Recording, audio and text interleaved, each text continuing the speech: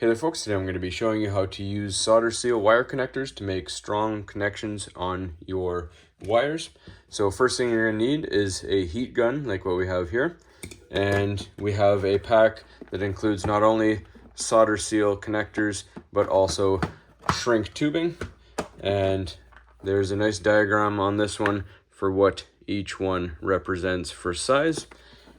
So we're going to grab our connector right here, and we're going to show you how to connect these two pieces of wire real quick.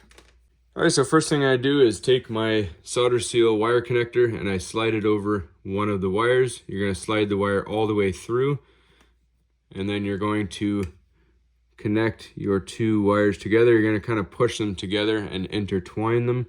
You don't want to twist them. You want them intertwined so that the solder flows through a little better.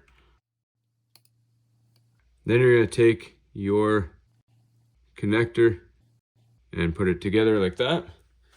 And if we look very closely, you see the bare ends of that wire are between your two color-coded markers right there. Now we're going to turn on our heat gun and shrink this up. All right, so for this particular heat gun, we have a low and a high heat setting. I'm going to use the high heat, and we're going to start in the middle on the solder portion and then work our way out.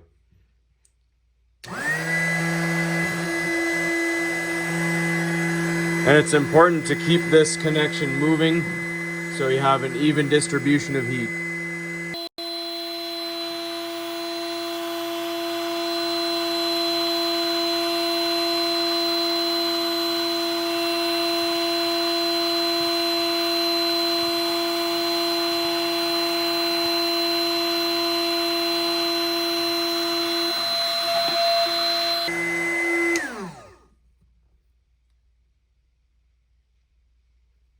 All right, now we see that is a nice connection. You'll see the solder is melted nicely into the wires there. So don't pull on it while it's still hot because it takes a while for that solder to reharden. So just set it gently aside and let it cool, and then we're going to test it. All right, so as you can see, this is a very, very strong connection. Everything is all nice and melted together. It is also a watertight seal on the ends as well, which is nice. Now I did a full review on this kit that I'm using here. I'll put a link in the description for that full video. I did a test with a luggage weight here and pulled on it, and these connections can take about 9 kilograms of force before they break. So that is a good way to connect your wires. So hopefully you found this helpful. That's all there is to it, folks. As always, please don't forget to like and subscribe.